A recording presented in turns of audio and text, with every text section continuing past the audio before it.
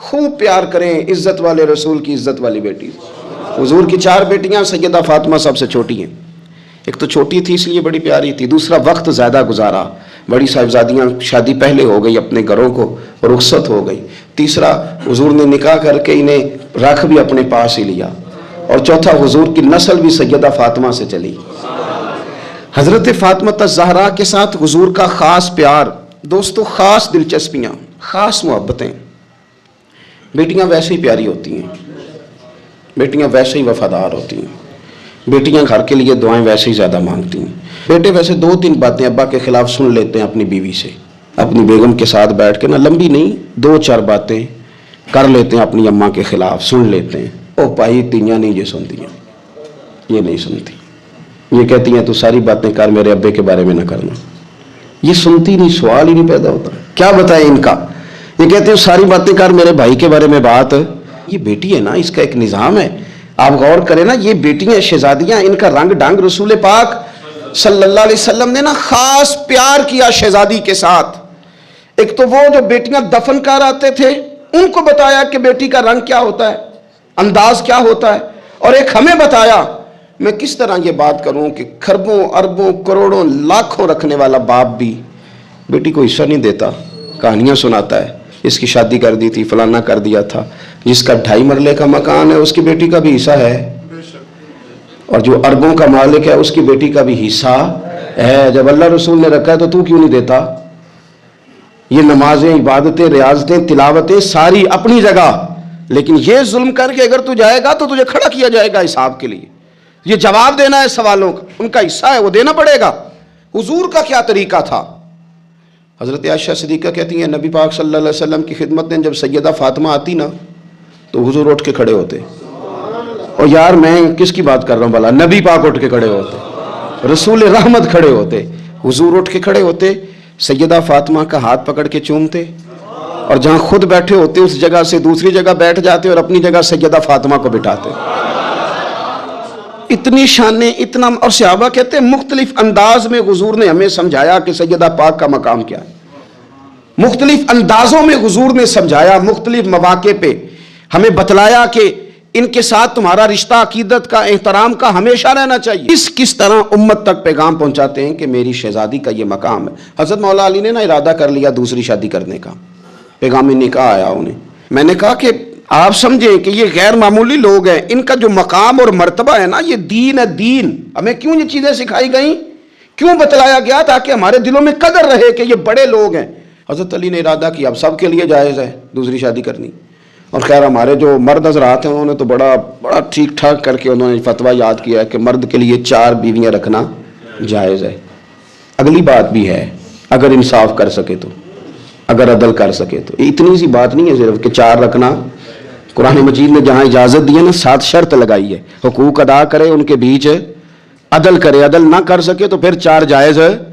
پوری بات بیان، ہم اپنی اپنی مرضی کا لیتے ہیں نا مسئلہ، اگلی بات نہیں اس پہ بات کریں گے بھائی اتنا ٹھیک ہے 4 جائز ہیں، بھائی آگے بھی بڑھو نا، آگے کیا ہے؟ آگے یہ ہے کہ اگر تم عدل کر سکو تو سب کے لیے جائز تھا، ہر ایک نے شادیاں کی تھی، حضور نے بھی نکاح کثرت سے کیے، حضرت علی کو بھی پیغام نکاح آیا۔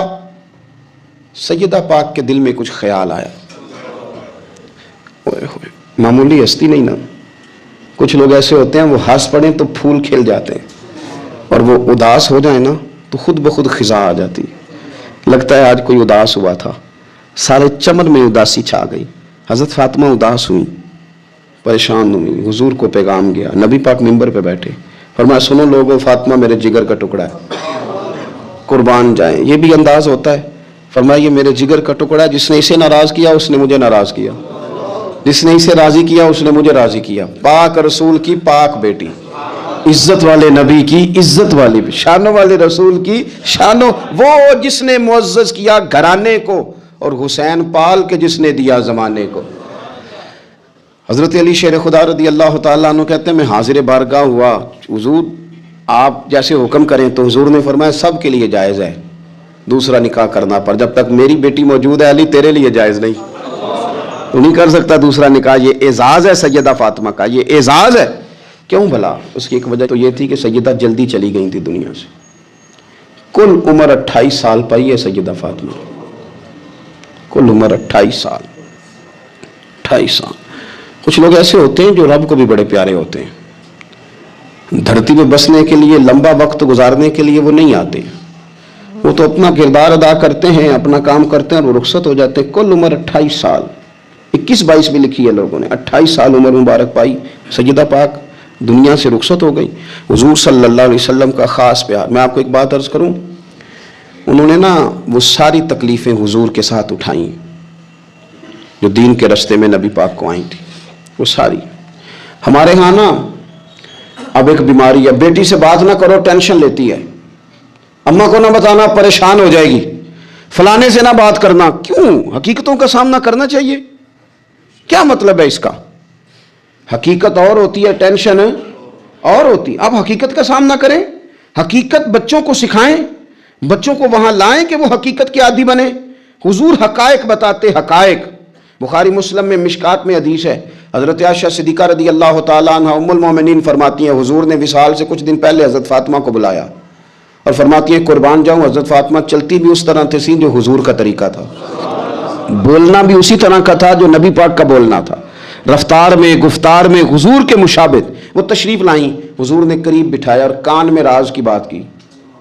اس کا مطلب ہے کچھ باتیں بیٹیوں سے بھی راز کی کر لینی چاہیے۔ بھائی آپ غور کریں گے اور سمجھیں گے کہ بیٹی سے بھی کبھی کوئی راز کی بات کر لیں۔ حضور نے بلایا اور پھر کان میں کو بات کی، کان میں نبی پاک صلی اللہ علیہ وسلم نے، تو حضرت فاطمہ رونے لگی۔ پھر حضور نے کان میں کو بات کی تو مسکرانے لگی۔ حضور تشریف لے گئے، سیدہ عائشہ صدیقہ رضی اللہ تعالی عنہ فرماتی ہیں میں نے حضرت فاطمہ الزہرا سے کہا کہ فاطمہ کیا کہا حضور نے؟ تو فرمانے لگی میرا اور میرے نبی پاک کا راز ہے، آپ کو میں کیوں بتاؤں؟ تو حضرت سیدہ عائشہ صدیقہ کہتی ہیں میں خاموش ہو گئی۔ کچھ دنوں کے بعد حضور کا وصال ہو گیا، سرکار نے وصال فرمایا تو کچھ دن گزرے تو میں نے کہا فاطمہ میرا تم پر حق ہے، میں تمہاری ماں ہوں، میرا حق ہے۔ اس حق کی وجہ سے میں کہتی ہوں مجھے وہ بتا دو، وہ کیا بات تھی کہ پہلے تم روئی پھر تم ہنسی؟